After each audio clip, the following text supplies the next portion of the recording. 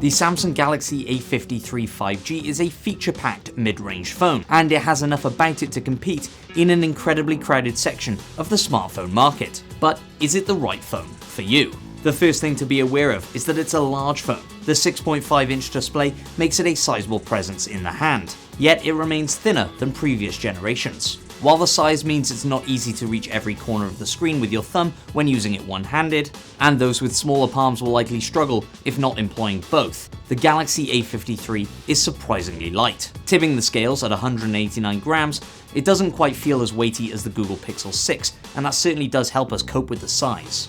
Samsung has attempted a premium look and feel, with a metallic silver band that runs around the circumference of the device, although the rear is certainly plasticky. Not that that's necessarily a bad thing, the Samsung Galaxy A53 5G does feel solid and well made in the hand. The camera bump is even sculpted nicely with the back of the body, only slightly protruding from the surface of the phone.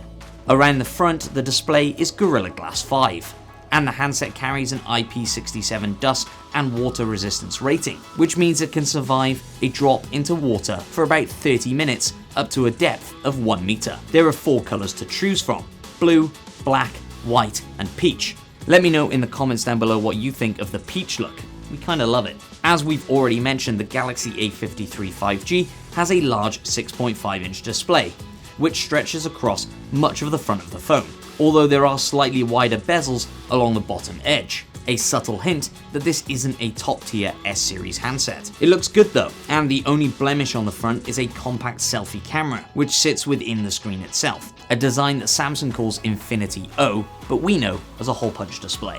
You don't get flagship resolution, but the Full HD Plus offering here will more than suffice for most users. Plus, Samsung has introduced a more premium feature to the A53, a 120Hz refresh rate. This keeps things on the screen running smoothly, whether you're scrolling social or playing the latest games. The display on the A53 should be able to keep up with the action without any juddering. It's a Super AMOLED panel, which means that colors are punchy, and the A53 also boasts up to 800 nits of brightness, which should make it viewable even in direct sunlight. There's a fingerprint scanner embedded within the display as well, which is easy enough to hit with your thumb.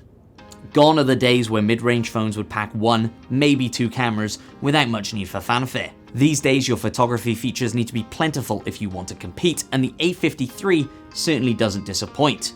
It has a quad camera setup in the aforementioned smooth, slightly raised camera bump. On the rear, it's got a 64 megapixel main camera joined by a 12 megapixel ultra-wide, 5 megapixel bokeh for blurry background portraits, and a 5 megapixel macro for close-up snaps.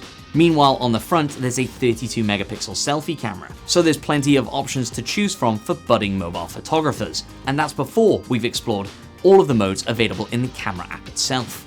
Samsung has improved its night mode, and the Galaxy A53 will capture 12 images in one for better low-light results. There's also an advanced portrait mode, which offers a blurred background effect, as well as a range of studio lighting. Plus, Samsung has worked with Snapchat to build in the social app's popular filters directly into the A53's camera app, so there's plenty going on in the camera app. And from our brief time with the A53 5G, we found it a solid offering, although we weren't wowed. The shutter felt a touch slow, and the macro camera didn't overly impress from our early tests. The Galaxy A53 comes with a sizable 5000 mAh battery, which Samsung claims provides 2 days of use. There's also fast charging support too, with the phone able to replenish 50% of its charge in just 30 minutes using a 25-watt supercharger. That's not the fastest charging we've seen, and so if you're looking for faster, you may want to shop around, but 50% in just half an hour? Still pretty good. Powering the Galaxy A53 5G is Samsung's own Exynos 1280 chipset, which is the first 5nm chipset to find its way into an A-series device. This should provide better performance and power efficiency.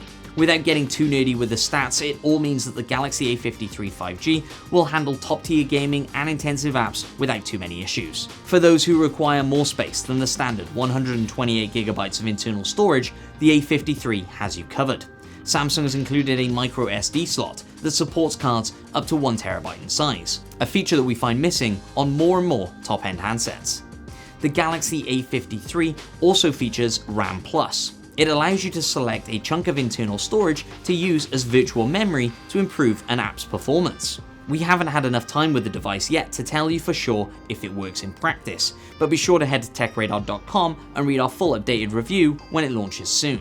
The Samsung Galaxy A53 5G is priced at $449.99. That gets you the 6GB of RAM and 128GB of storage model, and that's the only available handset if you're in the UK and Australia. The price sees the Galaxy A53 rub shoulders with other 5G toting mid-rangers, including the Mi 11 Lite, the OnePlus Nord 2, the Moto G200, and the new iPhone SE 22 edition.